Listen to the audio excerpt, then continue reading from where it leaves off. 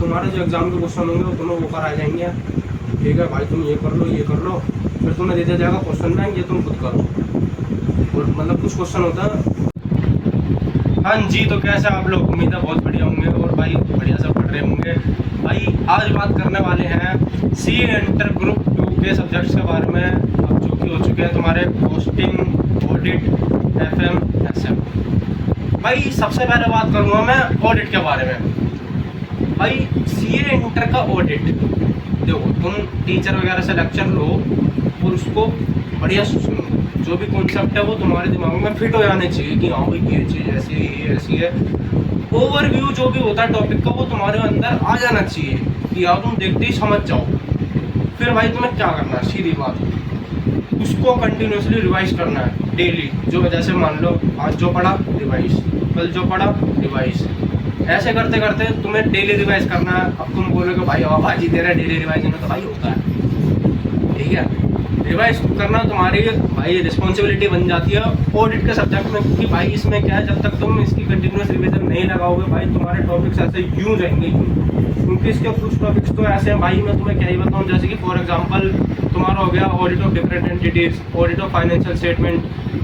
भाई मैं तुम्हें बताता हूँ, जैसे कि ये जो ऑडिट ऑफ फाइनेंशियल स्टेटमेंट है, कुछ बच्चे सोचते हैं यार एसेट का है, इन्वेंट्री का है, एसेट में इन्वेंट्री है, तुम्हारा जो भी तुम्हारे लाइबिलिटीज़ वगैरह है इसको ऑडिट वगैरह करेंगे, जनरल बातें लिख देंगे, ये चेक कर लेंगे वो चेक कर लेंगे, नंबर मिल जाएंगे, जनरल मार्किंग हो जाएगी। भाई ऐसा नहीं है, बिल्कुल भी नहीं है, बिल्कुल भी ऐसा मत समझना। भाई मैं नवंबर 23 में दे चुका था पेपर, मैंने बिल्कुल यही चीज़ें करी थी। उस टाइम लेक्चर वगैरह नहीं थे और भाई गाइडेंस नहीं थी ऑडिट के रिलेटेड कि हाँ ऑडिट का एग्ज़ाम ऐसा आएगा, आंसरिंग ऐसे करनी पड़ेगी, भाई कुछ भी गाइडेंस नहीं थी। फिर देखा बाद में कि हाँ ऐसा सीन है, तो भाई ऑडिट का तब पता चला।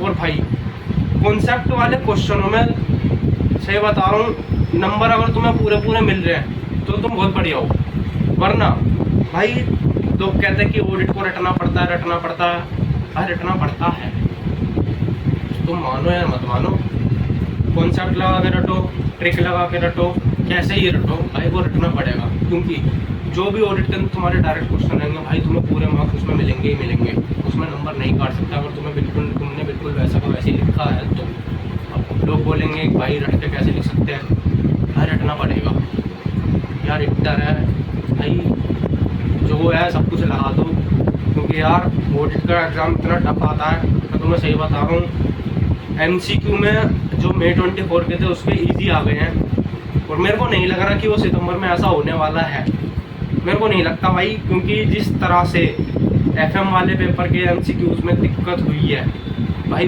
किसी भी पेपर में हो सकती है, और ज़्यादातर मेनली ऑडिट में ही होती है। तो भाई ऑडिट का MCQ वगैरह के लिए तुम्हें क्या करना है, पूरे कॉन्सेप्चुअल अंडरस्टैंडिंग ले लेनी है पूरे सब्जेक्ट की। फिर भाई जो पॉइंट्स रटने वाले हैं उनको रट दो, सीधी बात, नो बकवास, रट दो, क्योंकि तुम पॉइंट लिखोगे तुम्हें तभी नंबर मिलेंगे। और जो भी तुम्हारे कॉन्सेप्ट वाले क्वेश्चन है उसमें पूरे मार्क्स यार नहीं मिलते, जैसे 4 नंबर का तो तुम्हें 3 दे दिए। अब जैसा मान लो तुम्हारा डायरेक्ट क्वेश्चन है उसमें 4 पॉइंट है, तुम 4 लिखोगे उसमें 3 कैसे दे सकता हो, 4 पॉइंट है, 4 लिखोगे 4 नंबर मिलेंगे, ठीक है भाई। ऑडिट का है ये सीन। उसके बाद चलते हैं FM और SM पर। भाई FM के क्वेश्चंस की जितनी प्रैक्टिस करी जाए उतनी कम है, वर्डिंग्स कहाँ से लेके कहाँ घुमाएगा तुम्हें कुछ पता नहीं चलेगा। मैं तुम्हें अपना एक एक्सपीरियंस बताता हूँ भाई, मतलब एक्सपीरियंस क्या, मैंने पंथी करी थी कुछ, एक क्वेश्चन था उसमें EBIT का कुछ कॉन्सेप्ट था, नवंबर 23 के पेपर में EBIT वाला क्वेश्चन था, तुम चेक कर लेना।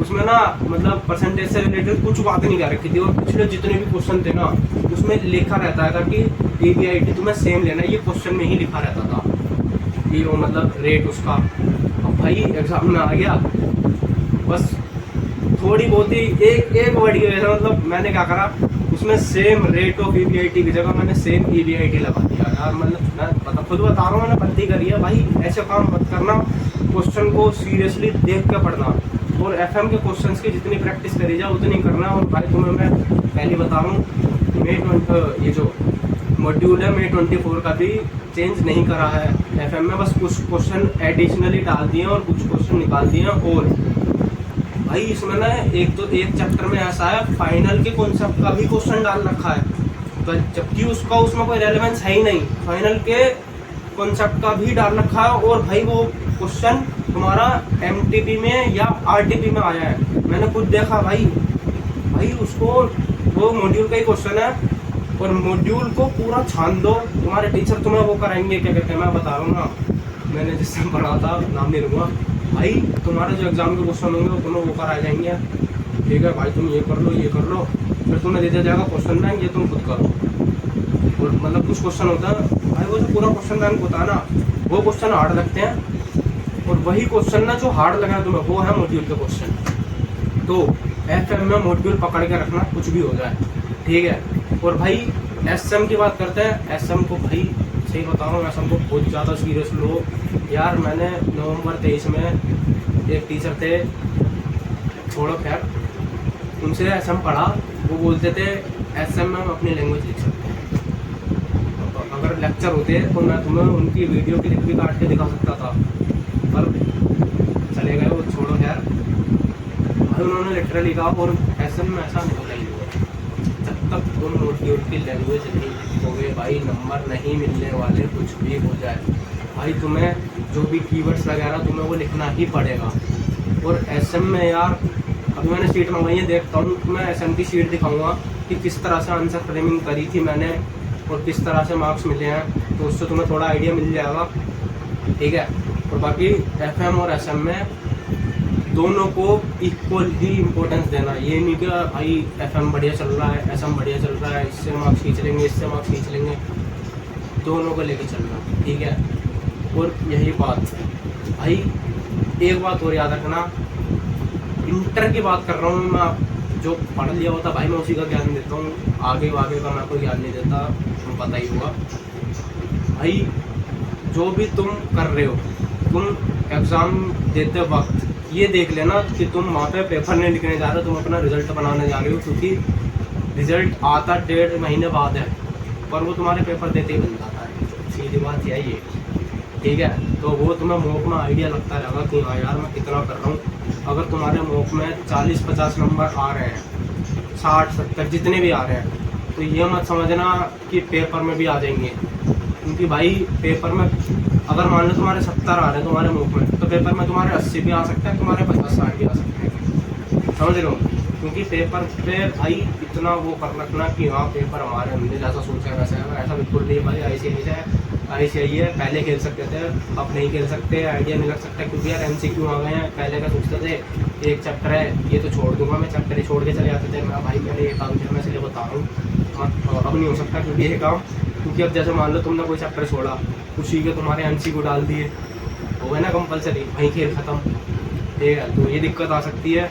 और भाई कॉस्टिंग, भाई मेरे को नहीं समझ आता यार ये क्या सब्जेक्ट है, इतना बेकार सब्जेक्ट है, इसे फाइनल से ही हटा दिया गया है, बेशक SQM में हो, पर भाई मेरे को इसमें वो मेरा बहुत दिमाग ख़राब होता था। मैं वो सुना है ना, तुम्हें नहीं सुना होगा भाई, मेरे को देखता, मेरे को गुस्सा हो रहा था भाई, पर यार पता नहीं बच्चे इसमें ना बढ़िया स्कोर करते हैं, मैंने देखा यार, पर मेरा यार कोस्टिंग में ना कुछ मेरे को मज़ा नहीं आता था यार।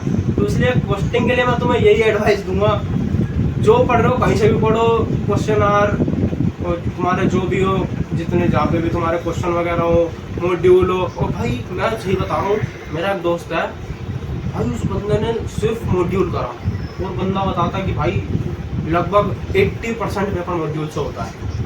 मैं 100% नहीं कहूँगा भाई, पूरा का पूरा वही आता है। तुम पोस्टिंग के अंदर मॉड्यूल को पूरा रेफर करो, वही ऐसा आएगा ना पेपर, तुम ऐसा करोगे भाई। मैंने नहीं करा था, मैं नहीं बताऊँ, इसलिए मेरे लगे थे, क्योंकि मैं कहता मैं स्कैनरों पे लगा हुआ था, हाँ भाई वेराइटी ऑफ क्वेश्चन, ये करो वो करो, मॉड्यूल छुआ ही नहीं। तो भाई जब लगते हैं तभी ज्ञान आता है, वो तो सही है, मेरा उस टाइम पास हो गया, क्योंकि क्वेश्चन तो करे थे 43 या 46 मार्क्स आए थे बस, ठीक है, तो उतना तो हो गया था जुगाड़।